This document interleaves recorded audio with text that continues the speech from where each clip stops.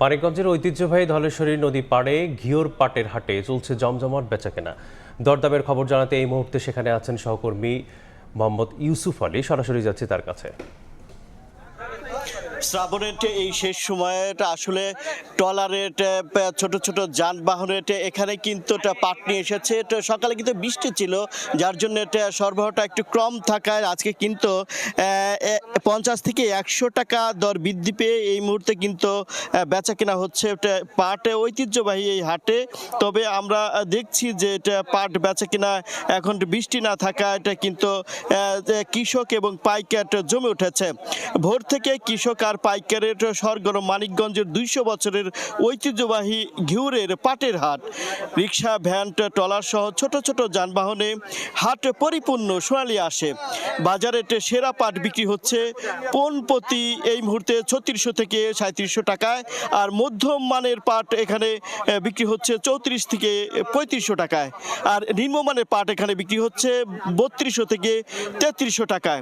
সপ্তাহ ব্যবধানে মন প্রতি 50 থেকে 100 টাকা বেড়ে পাটের দর বেচা কেনা হচ্ছে। এই মুহূর্তে আমরা কৃষকদের সাথে কথা বলেছি। কৃষকরা বলছে যে দাম মোটামুটি রয়েছে, তবে এতেও লাভের মুখ দেখছেন না তারা। এটা অভিযোগ কৃষকদের, কারণ পাট উৎপাদনে খরচ বৃদ্ধি পেয়েছে, বেড়েছে শ্রমের দাম।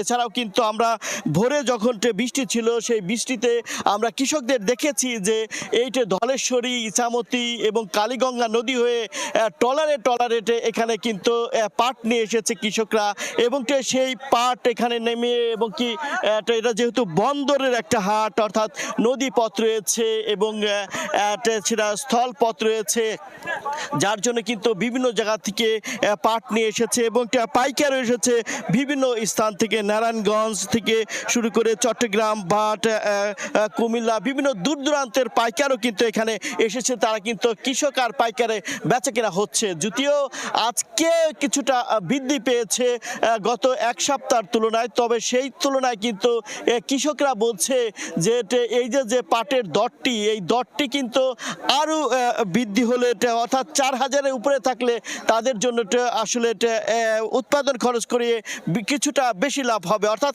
এখন যে লাভটি হচ্ছে, সেই লাভটি হচ্ছে খুব কম লাভ হচ্ছে কৃষকদের। কৃষকরা বলছে যদিও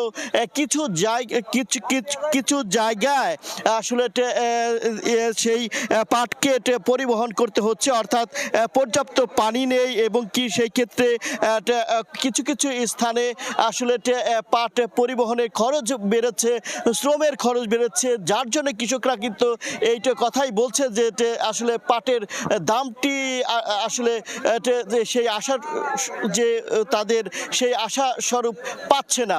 তো আমরা এখানে যারা হাট কমিটি রয়েছে তাদের সাথে কথা বলেছি। তারা বলছে প্রতি হাটে যদিও 3 থেকে 3.5 কোটি টাকার এখানে পাট বেচা কেনা হয়, সেই ক্ষেত্রে কিন্তু আজকে সেইটা একটু কমে এসেছে, অর্থাৎ সরবরাহটা কম থাকায় কিছুটা বৃদ্ধি পেয়েছে।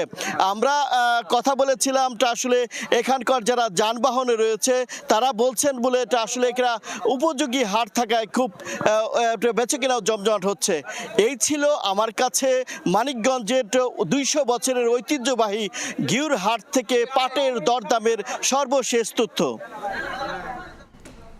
সরাসরি যুক্ত ছিলাম মানিকগঞ্জের ঘিওর থেকে।